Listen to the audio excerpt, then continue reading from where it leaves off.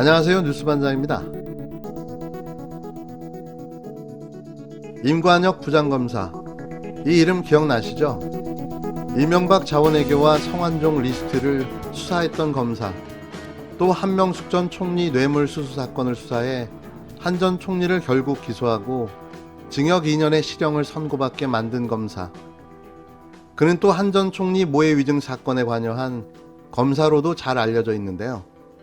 최근 세월호 특조단 단장을 맡아서 세월호 관련자들에게 모두 면죄부를 준 바로 그 검사. 그 이름이 바로 임관혁 부장검사입니다. 그는 대표적인 우병우 라인으로 이명박근혜 정부 비리 사건을 도맡아 사건을 축소시키고 관련자들을 무혐의로 풀어준 대표적인 정치검사인데요. 그의 이름이 또 다른 사건에 등장했습니다.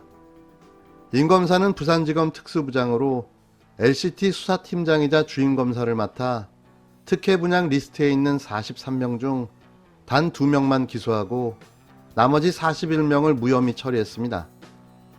뭐 놀랍지도 않습니다. 이런 자가 검사로 현직에 아직까지 있다는 사실이 말이죠. 그가 LCT 수사를 맡았으니 이게 제대로 될 일이 없는 거죠. 2017년 부산 참여연대는 LCT 이영복 회장 측으로부터 특혜 분양을 받은 43명을 처벌해달라며 부산지검에 고발장을 냈습니다. 부산지검은 고발장을 접수한 지 3년 만이자 공소시효를 불과 3일 앞둔 2020년 10월 27일 43명 중 2명만 주택법 위반 혐의로 기소하고 나머지 41명은 무혐의 처리했는데요. 당시 부산지검은 특혜 분양을 받은 43명의 인적사항을 모두 알고 있었지만 최종 결정서에는 모두 성명불상으로 기록했습니다.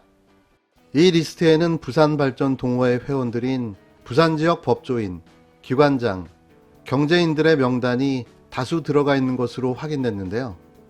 이러다 보니 비리를 감독해야 할 검찰 등 사정기관도 연루된 것이 아니냐는 의혹이 나오고 있습니다. 양미숙 부산참여연대 사무처장은 특혜 분양이 각종 인허가나 대출을 잘 받기 위한 로비로 쓰였을 가능성이 있는데도 검찰이 무혐의로 판단했다며 이는 검찰도 이 문제에서 자유롭지 않다는 간접 증거라고 지적했는데요. 사태가 일파만파 커지기 시작하자 LCT 분양 때 특혜 분양을 위한 별도 명단이 있었다는 진정서가 경찰에 접수됐습니다. 부산경찰청은 최근 이 같은 내용의 LCT 관련 진정서를 접수하고 사실관계를 확인하고 있다고 9일 밝혔는데요. 이미 언론을 통해 리스트는 공개됐고 검찰과 경찰은 이제서야 뒷북을 치고 나선 건데요. 진정서에는 현직 국회의원, 전직 장관과 검사장, 법원장, 전현직 고위공직자, 유명 기업인 등의 이름이 포함된 것으로 알려졌습니다. 이런 특정인을 위해 정상 분양 절차에 앞서 분양 물량을 미리 빼뒀다는 것이 진정서 요지인데요. 경찰은 관계자를 처벌해달라는 진정에 따라 최근 LCT 사업 관계자 등을 불러 조사한 것으로 전해졌습니다. 부산 참여연대 등은 수년 전 LCT 실소유주인 이영복 씨가 LCT 분양권을 로비 수단으로 썼다는 의혹을 제기하며 43명을 검찰에 고발한 바 있는데요. 검찰은 지난해 11월 이 씨 아들과 하청업체 사장 등 2명을 기소하고 나머지는 불기소 처분했습니다. 경찰 관계자는 진정서 사실관계 확인 초기 단계라고 설명했는데요.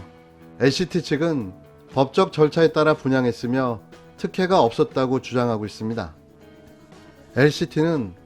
당시 LCT는 청약 당첨자 정당 계약 후 분양률이 42% 수준이었고 예비 당첨자는 120명이었지만 이 중 불과 5세대 정도만 계약했을 뿐 대량의 미분양 사태를 우려하고 있었다면서 자녀 세대는 주택법 등에 의해 사업 주체의 임의 분양 방식으로 계약을 체결해 문제가 없다고 주장했습니다. 또 해당 명단과 관련해서는 당시 분양 업무 담당 임원들이 전부 퇴사해 디테일한 사실관계 확인은 어렵지만 자녀 세대 분양을 위해 작성된 고객 리스트로 추정된다면서 특혜 리스트라면 보안 유지가 생명인데 예민한 정보가 엑셀 형식으로 작성돼 회사 컴퓨터에 저장된다는 것이 상식에 맞지 않다고 덧붙였습니다. 특혜 분양 리스트와 특혜 분양이 사실로 확인됐습니다. 그리고 그 특혜를 받은 사람들 역시 법조인, 기업인, 기관장, 검찰 등 소위 사정기관을 포함한 부산의 유력 인사들인 것으로 밝혀졌는데요. 왜 이들이 검찰 조사에서 불기소 무혐의 처분을 받게 됐는지 반드시 밝혀내야 합니다. 그리고 당시 부산지검 특수부장으로 LCT 수사팀장이자 주임검사를 맡았던 임관혁 부장검사가 왜 이런 처분을 내렸는지도 반드시 조사해야 할 것입니다. 후한무치, 아나무인, 무대뽀 이런 말이 이럴 때 사용되는 거죠. 자신의 핸드폰 비밀번호를 공개하지 않고 검언유착 사건의 무마를 시도하고 있는 한동훈 검사장. 그의 불굴의 투지가 경이롭습니다. 이 정도 돼야 멘탈 갑이라고 불릴 수 있는 거죠.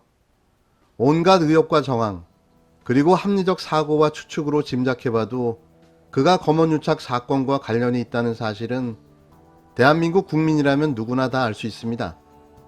아쉽게도 증거 우선주의인 대한민국 법체계에서 증거가 없어 잡지 못할 뿐 이미 그는 확증 편향으로 판단되는 피의자인데요.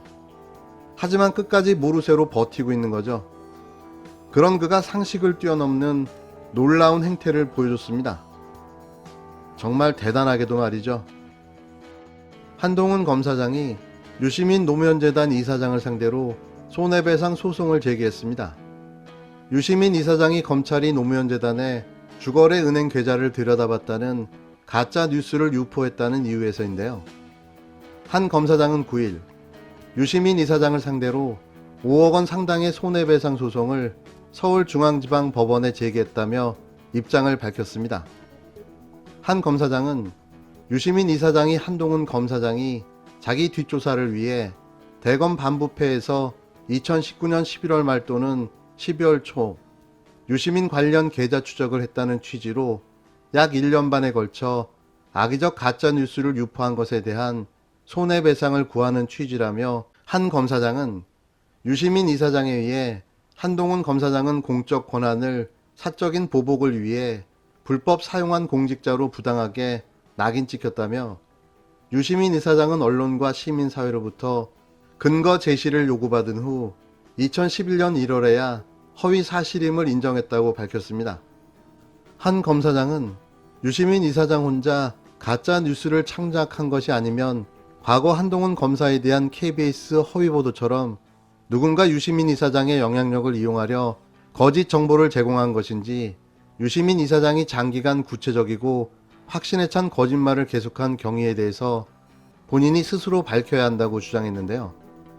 이어 한동훈 검사장뿐 아니라 유시민 이사장의 가짜뉴스에 장기간 속은 국민들도 피해자이므로 이런 가짜뉴스 재발 방지를 위해서 법적 조치는 불가피하다며 유시민 이사장에 대한 허위사실 유포 형사사건은 이미 다른 분에 의해 고발되어 진행 중이므로 피해자로서의 입장을 담은 서면을 검찰에 제출할 것이라고 밝혔습니다.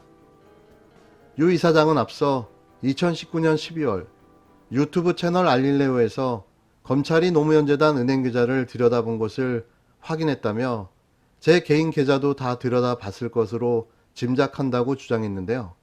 이에 대해 유 이사장은 지난 1월 22일 사람 사는 세상 노무현재단 홈페이지를 통해 사실이 아닌 의혹 제기로 검찰이 저를 사찰했을 것이라는 의심을 불러일으킨 점에 대해 검찰의 모든 관계자들께 정중하게 사과드린다면서 사과하는 것만으로 충분하리라 생각하지 않으며 어떤 형태의 책임 추궁도 겸허히 받아들이겠다고 했습니다.